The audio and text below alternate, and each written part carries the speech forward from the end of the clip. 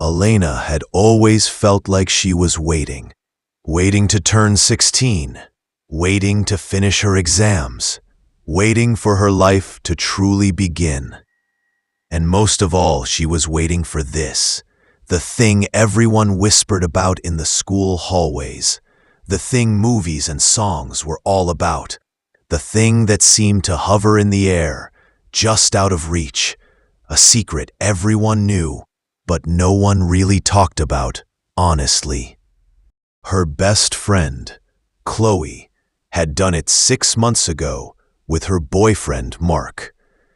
When Elena asked her what it was like, Chloe had just shrugged and said, "It was fine. A bit weird. Mostly, I was just glad it was over with." That hadn't sounded very magical. But then, the books Elena secretly read under her covers described it as earth-shattering, a life-changing union of souls. She didn't know what to believe. She just knew she wanted to find out for herself. Her boyfriend, Leo, was the one she wanted to find out with. He was a year older, with kind eyes and a laugh that made her feel warm. He wasn't like some of the other boys at school who boasted and made crude jokes. He was quiet, and he listened when she talked about her dreams of being a graphic artist. He made her feel safe. He made her feel seen. They had been together for almost a year. Their relationship had been a slow, sweet discovery.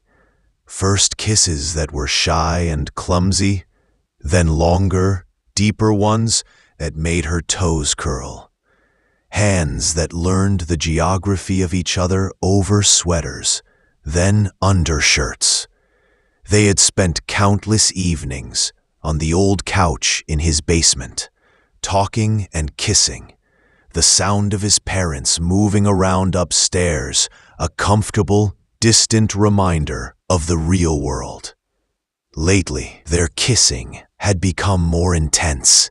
There was a new heat to it, a urgency that Elena both loved and feared. She could feel the wanting in him, a tightness in his muscles, a quickness in his breath. And she felt it in herself too, a low, warm ache in her stomach that was entirely new. One Friday night, they were on the couch, as usual. A movie was playing on the TV, but neither of them was watching it. Leo's lips were on her neck, and his hand was under her shirt, resting gently on the bare skin of her back. His touch was gentle, but Elena's whole body was buzzing with nerves. He pulled back slightly, his forehead resting against hers. His breathing was shallow. "Elena," he whispered. His voice was husky. Are you thinking about, more?" Her heart hammered against her ribs so loudly, she was sure he could hear it. This was it. The question was finally in the air. She nodded, unable to form words. "Me too," he said, his eyes searching hers. "But only if you're sure. Only if you really want to. We don't have to." His words, his care, melted her fear away. This was why she wanted it to be with him. He was asking, not assuming. He was giving her a choice. "I'm sure," she whispered back, and she almost believed it. He smiled, a relieved, happy smile, and kissed her softly. "Okay, my parents are going out for dinner tomorrow night. We'll have the house to ourselves.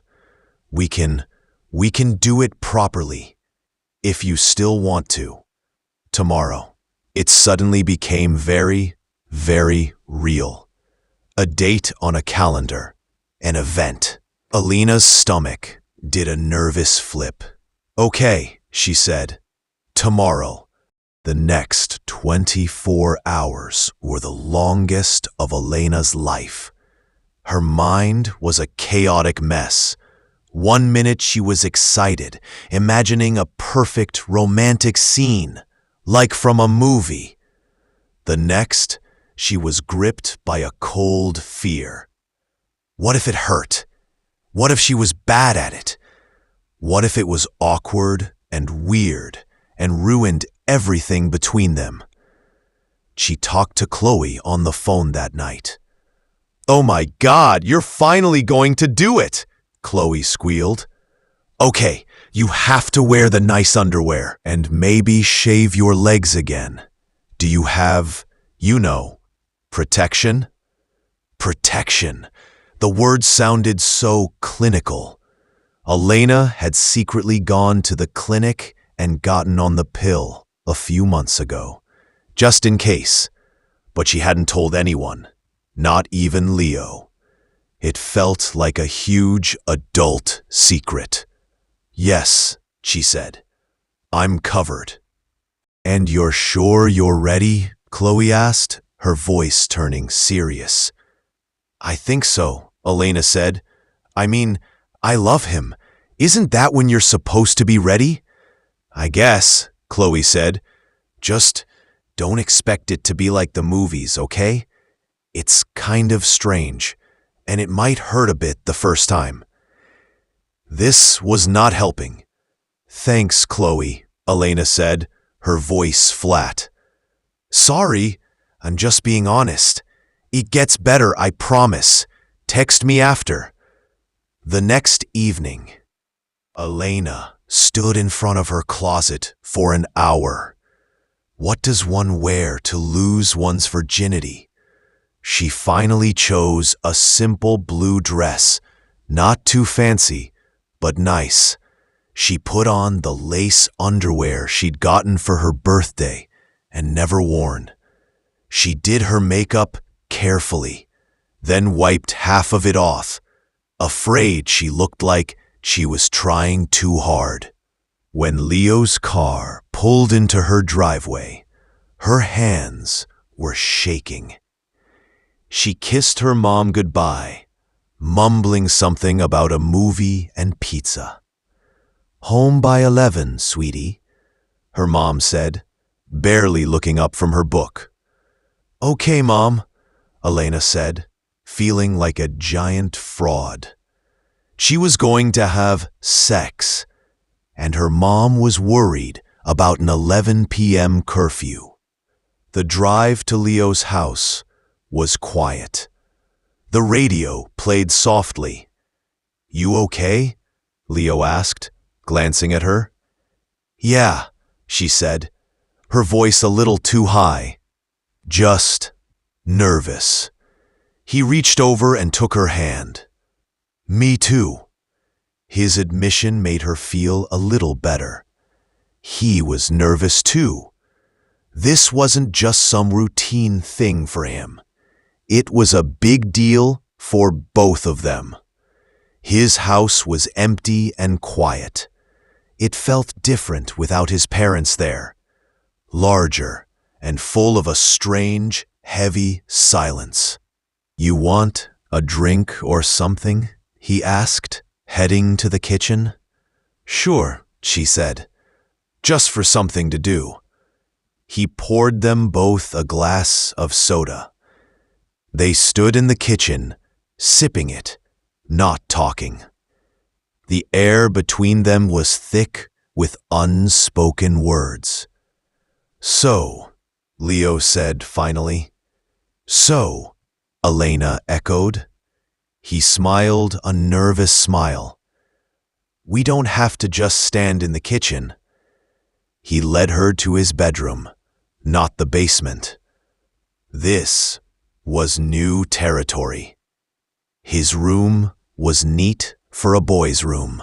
Band posters on the wall, a desk covered in schoolbooks, a guitar in the corner, and his bed. It suddenly seemed like the biggest object in the room. He put his glass down on the desk and turned to her. He took her glass and put it down too. Then he took her hands. "We can still just watch a movie if you want," he said softly. No pressure. Seriously. She looked into his kind, worried eyes and felt a surge of affection for him. She loved him. This was right. "I don't want to watch a movie," she whispered. She leaned in and kissed him. It started soft and sweet, but quickly deepened. The nervous energy began to transform into something else, something warmer and more urgent. He kissed her neck, her shoulders, his hands moving down her back. They moved toward the bed, stumbling a little, never breaking their kiss. They sank onto the mattress. It felt incredibly real now. There was no turning back. The mechanics of it were awkward. There was a clumsy dance of removing clothes. A button got stuck. An elbow was bumped. At one point, Elena's foot got tangled in her dress, and she had to kick it off with a slightly ridiculous flail. She had imagined this moment being fluid and graceful, but it was fumbling and real, and in a strange way, the awkwardness made her feel less nervous. Leo wasn't some expert seducer. He was just Leo, her boyfriend, who was just as unsure as she was. Finally, they were both undressed under the covers. His skin was warm against hers. She could feel his heart beating fast, matching her own. "You're so beautiful," he whispered, and she believed him. He kissed her again, his hands exploring her body gently, learning her. She did the same, tracing the muscles of his back, feeling the softness of his hair. It felt good. It felt right. But then the moment came. He looked at her, a question in his eyes. She nodded, her throat too tight to speak. It did hurt. Not a lot, but a sharp, surprising sting that made her gasp.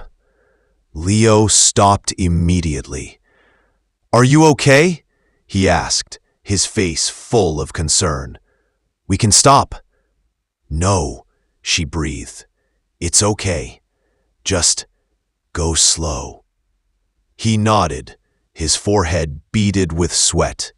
He continued, slowly, carefully. The pain faded, replaced by a feeling of fullness and pressure.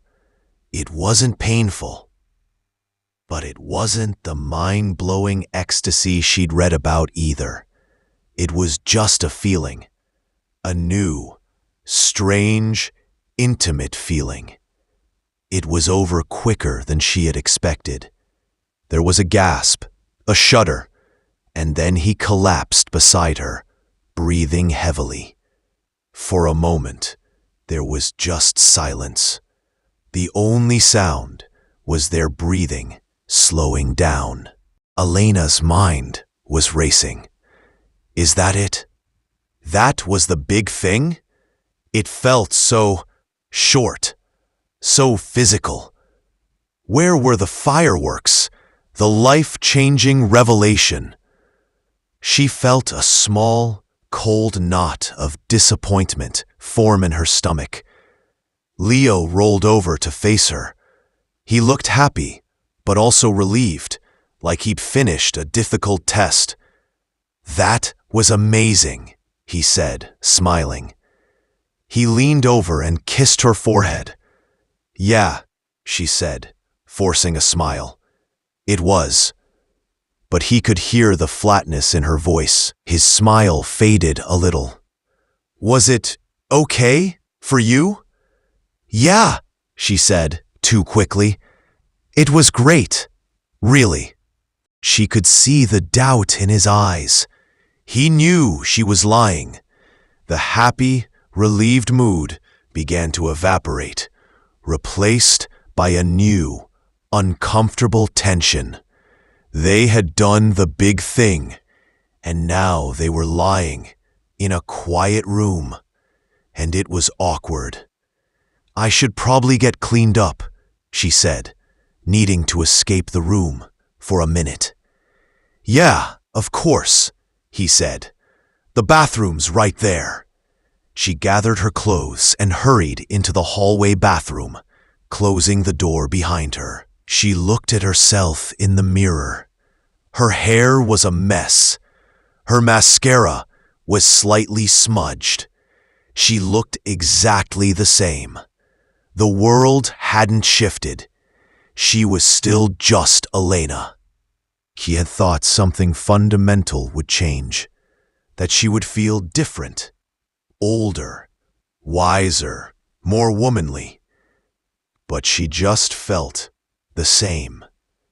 A little sore, a little confused, and a little sad that the experience hadn't been the magical moment she dreamed of. She cleaned up and got dressed, her movements slow. When she came out, Leo was dressed too, sitting on the edge of the bed. He looked worried. "Elena," he said, "talk to me, please. Was it bad?" She sat down next to him. She couldn't lie to him. "It wasn't bad," she said, choosing her words carefully. "It was just different than I thought it would be. I guess I thought it would be more, I don't know, earth-shattering." He nodded, looking down at his hands. "It was kind of fast, wasn't it? And awkward. I'm sorry. I was really nervous." Hearing him admit it made her feel so much better. She wasn't alone in her feelings. "I was nervous too," she said, "and it was a little awkward, but it was also really special because it was with you." He looked up at her, and a real smile returned to his face. "Really? Really," she said, and this time she meant it. It hadn't been perfect, but it had been real, and it had been with someone who cared about her feelings. That mattered more than fireworks. He put his arm around her, and she leaned her head on his shoulder. "I think," he said slowly, "I think maybe it's like anything else. The first time you ride a bike, you fall off. The first time you try to play guitar, you sound terrible. Maybe the first time you have sex, it's just practice." Elena laughed.